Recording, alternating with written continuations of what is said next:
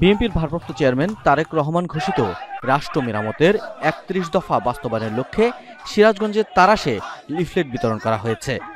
বুধবার বিকেলে তারাশ উপজেলার নওগাঁ বাজার, রুস্তম মোড়, খালকুলা বাজার, চৌধুরী মোড়, খালকুলা চৌধুরী বাজার মোড় এলাকায় এই লিফলেট বিতরণ করেন সিরাজগঞ্জ ৩ আসনের মনোনয়ন প্রত্যাশী তারাশ উপজেলা বিএনপির সাবেক সভাপতি সম আফসার আলী। আগামী জাতীয় সংসদ নির্বাচনে এই আসন থেকে বিএনপির একজন হেভিওয়েট মনোনয়ন প্রত্যাশী হিসেবে নির্বাচনী এলাকায় ব্যাপক গণসংযোগ চালিয়ে যাচ্ছেন সম আফসার আলী।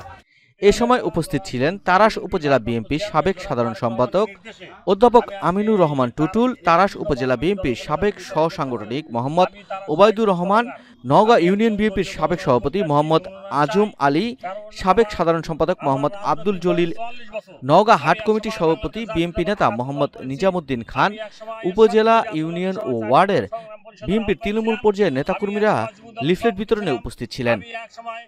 সিরাজগঞ্জ থেকে বিলকিস, নিউজ ডেস্ক।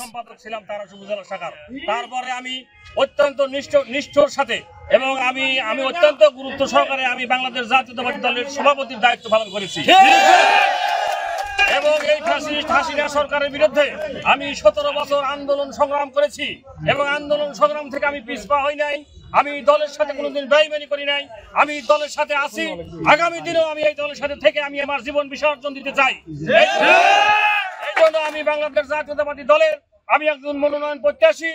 ইনশাআল্লাহ তারেক রহমান যদি তৃণমূলের মতামত নিয়ে যদি নমিনেশন দেয় তাহলে তারেক রহমানের আমাকেই নমিনেশন দিতে হবে।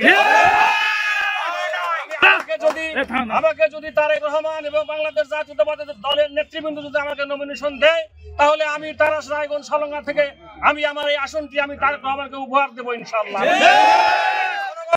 জনগণ আমার সাথে আছে, তৃণমূলের জনগণ আমার সাথে আছে, তারাশ রায়গঞ্জ সলঙ্গার সমস্ত জনগণ আমার সাথে আছে। আমি মাঠ পরিচিত করি, আমি মাঠে আছি, জনগণের সাথে আছি, জনগণকে সাথে নিয়ে আমি এই দল আমি পরিচালনা করছি।